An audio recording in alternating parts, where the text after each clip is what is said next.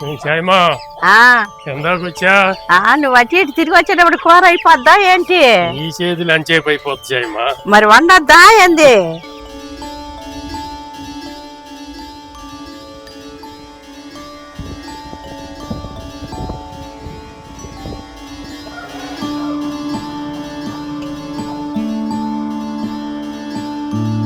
అందరికీ నమస్కారం.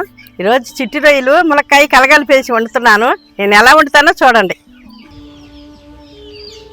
2 కిలోలు చిట్టి రొయ్యలు తీసుకున్నాము. అవి చేస్తే కిలో రొయ్య పప్పు వచ్చింది. ఇది శుభ్రంగా కడుక్కుందాం. శుభ్రంగా కడుక్కున్నాక అప్పుడు వేసుకోవాలి పసుపు, ఉప్పు, మజ్జిగ. ఒక చెంచా ఉప్పు వేయమ్మా, కాసిన మజ్జిగ పోయి వేసి శుభ్రంగా కడుక్కుందాం. ఉండు నీళ్ళు తర్వాత పొద్దుకొని ఇంకొంచేపు ఇటు తిప్పుకుంటే ఈ నీసు వాసన అనేది ఉండదు. ఈ నీసు వాసన నీళ్ళు కూడా పోతాయి అన్నమాట.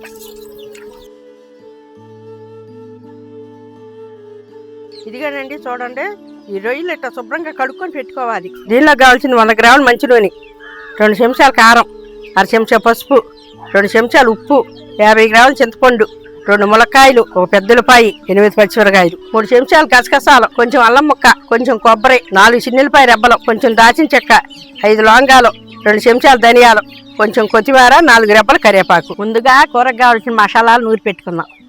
అల్లం వేసుకొని నూరుకుందాం. ముందు కొబ్బరి వేసుకుందాం.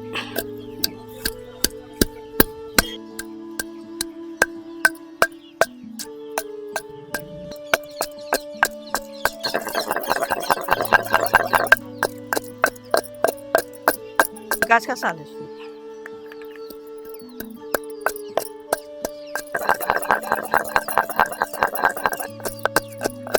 నలిగిపోయింది, తీసి పక్కన పెట్టుకుందాం.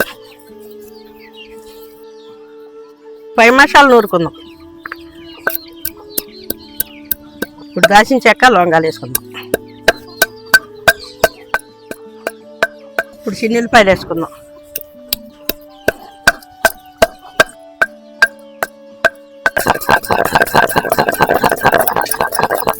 నలిగిపోయింది, తీసి పక్కన పెట్టుకుందాం.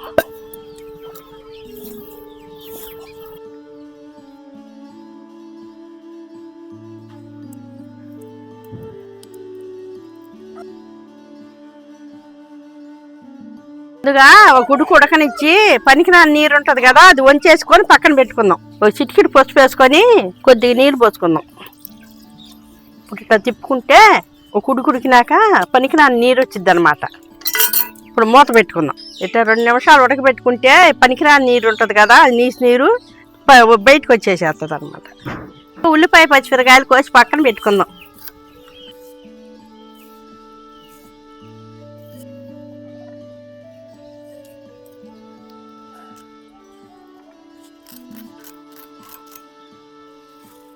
ఇట్లా శుభ్రంగా కడిగి చింతపండు నానబెట్టుకుందాం. 2 నిమిషాలు అయింది, తీసి నీరు వంచేసుకుందాం.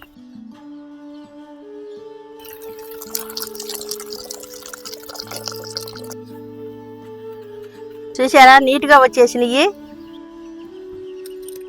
ముందుగా నూనె పోసి కొంచెం ములక్కాయ ముక్కలు వేపుకుందాం. ఇప్పుడు ఈ నూనెలో ములక్కాయ ముక్కలు వేపుకుందాం.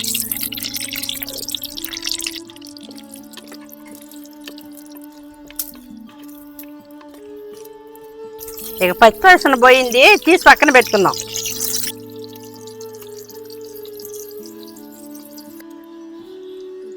దీంట్లోనే కొద్దిగా నూనె పోసి కూర వండుకుందాం. కొంచెం పసుపు వేసుకుందాం.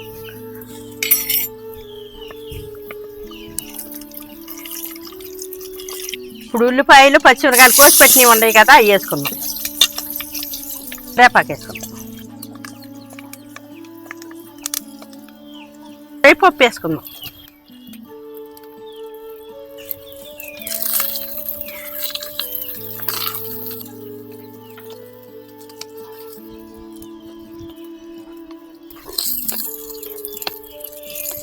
మూత పెట్టుకుందాం.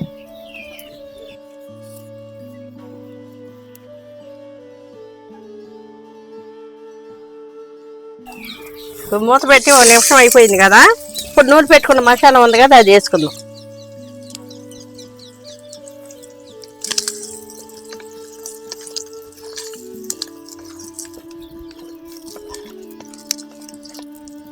2 చెంచాలు కారం వేసుకుందాం. ఇప్పుడు ములక్కాయ ముక్కలు వేసుకుందాం. సరిపాను చింతపండు పులుసు పోసుకుందాం. సరిపాను పులుసు పోసుకొని సరిపాను ఉడికించుకుంటే కూర రుచిగా ఉంటుంది. 2 చెంచాలు ఉప్పు వేసుకుందాం.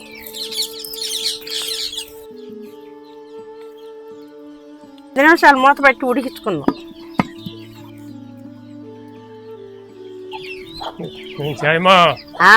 ఎందాకొచ్చా నువ్వు అటు ఇటు తిరిగి వచ్చేటప్పుడు కూర అయిపోద్దా ఏంటి?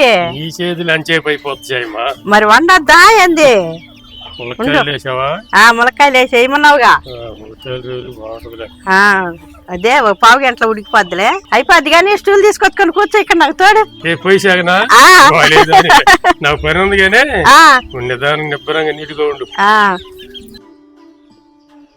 ఉదయమ్మా ఇప్పుడు మసాలా వేసుకుందాం. పై మసాలా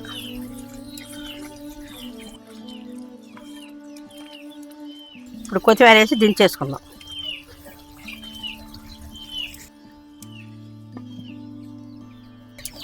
ఇప్పుడు దించేసుకుందాం.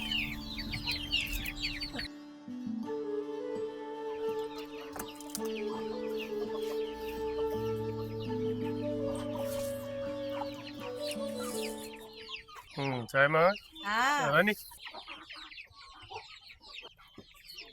కూర కొంచెం పెట్టి రైట్ చాలు రైట్.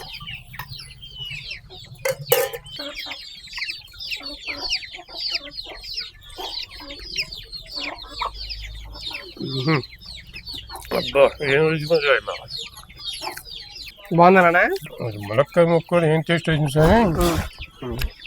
రొయ్య ముక్కలు ఎలాంటి ఇది వచ్చిందో ములక్కాయ కూడా అట్టగా ఉంది. రొయ్య ముక్కలు బాగుంది. ఎట్టన్నావా? చాలా బాగుంది.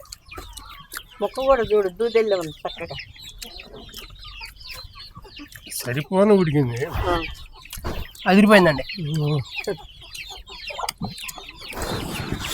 కొంచెం కారం ఎక్కువైంది చూసుకుని వేసుకోండి. అంటే మామూలు 2 చెంచాలు సరిపోతుందండి. కాకపోతే ఏంటంటే మరి సొంత మిరగాయలు కదా, మాది కొంచెం ఘాటు ఎక్కువే ఉంటుంది. అందుకని ఘాటు అనిపిస్తుంది మాకు. ఘాటు అసలు వాళ్ళ గుర్తు మసాలా ఉంది. ఘాటు ఉండాలి. మా అమ్మోళ్ళు తింటారండి, నేను తినేసావాలి అంత కారం. నేను కారం తక్కువేనండి. నేను కూర మాత్రం చాలా అంటే చాలా అద్భుతమైన రుచి ఉందండి. చాలా బాగుంది. చాలా బాగుంది. మా అమ్మ మసాలాలు దినుసులు చూస్తున్నారు కదా, ఎప్పుడు ఏది నూరింది ఎప్పుడు ఏది వేసుకుందని మొత్తం క్లియర్గా చూసుకోండి. ఒకసారి వండుకుని చూడండి. బాగోపోతే బాగోలేదని కామెంట్ పెట్టండి. ఇంతవరకు అయితే చాలా మంది కూడా కామెంట్ చేశారు, చాలా అంటే చాలా బాగుందండి అని చెప్పి కామెంట్లు పెట్టడం జరిగింది అనమాట. మసాలాలు కేజీ ఉందనుకోసం కూర, ఆ కేజీకి 1/2 కేజీ మసాలాలు అయితే అసలు దీని చూడండి, దీని టేస్ట్ ఏముంటుంది. అంతేగా మరి. రుచి తినేవాళ్ళు తింటారు కానీ దీని ఫ్లేవర్ చూడాలంటే, దీని రుచి చూడాలంటే మసాలా సరిపోనియాలి. దీని బలం ఎక్కువ ఉండాలి కూరలో. అంతేనండి. ఏదైనా మితంగానే ఉండాలి. ఏదైనా మితంగానే ఉండాలండి.